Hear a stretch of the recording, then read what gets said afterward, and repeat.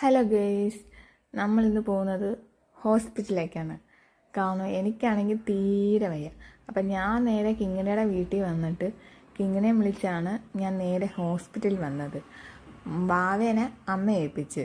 വാവയുമായിട്ടൊന്നും വന്നു കഴിഞ്ഞാൽ ശരിയാകത്തില്ല.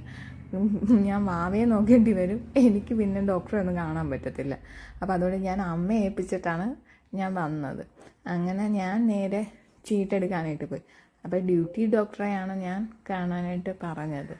അങ്ങനെ ചീട്ട് എഴുത്ത് ഡോക്ടറെയും കണ്ട് ഡോക്ടർ എനിക്ക് ഇഞ്ചക്ഷനൊക്കെ ഇഞ്ചക്ഷൻ എനിക്ക് ഇങ്ങോട്ട് ഡോക്ടർ കുറിച്ചില്ലെങ്കിലും ഞാൻ അങ്ങോട്ട് ചോദിച്ച് വാങ്ങിക്കും കേട്ടോ. കാരണം എനിക്ക് പനിയൊക്കെ വന്നു കഴിഞ്ഞാൽ എനിക്ക് ഇഞ്ചക്ഷൻ വെച്ചാലേ എനിക്ക് പനി മാറത്തുള്ളൂ. അപ്പോൾ അതുകൊണ്ട് ഞാൻ ഡോക്ടർ എഴുതിയില്ലെങ്കിലും ഞാൻ അങ്ങോട്ട് ചോദിച്ച് ഇഞ്ചക്ഷൻ വാങ്ങിക്കും. അതാണ് ഞാൻ.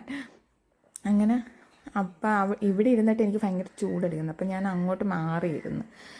അങ്ങനെ പിന്നെ സിസ്റ്റർ വന്ന് ഇഞ്ചക്ഷൻ എടുക്കാനുള്ള തയ്യാറെടുപ്പാണ്. അങ്ങനെ അപ്പം ഞാൻ അവിടെ നിൽക്കവേ എൻ്റെ ഒരു കൂട്ടുകാരനും വൈഫും വന്നായിരുന്നു. പിന്നെ അവനുമായിട്ട് കുറച്ച് നേരം കത്തിയൊക്കെ അടിച്ചിട്ടാണ് ഇഞ്ചക്ഷനൊക്കെ എടുക്കാനൊക്കെ ഞാൻ അവിടെ ഇരിക്കുന്നത്.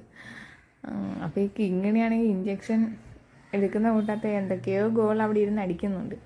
അപ്പോൾ സിസ്റ്റർ എൻ്റെ അടുത്ത് ചോദിക്കുന്നുണ്ട് വേദന എടുക്കുന്നുണ്ടോ ഉണ്ടോയെന്ന്.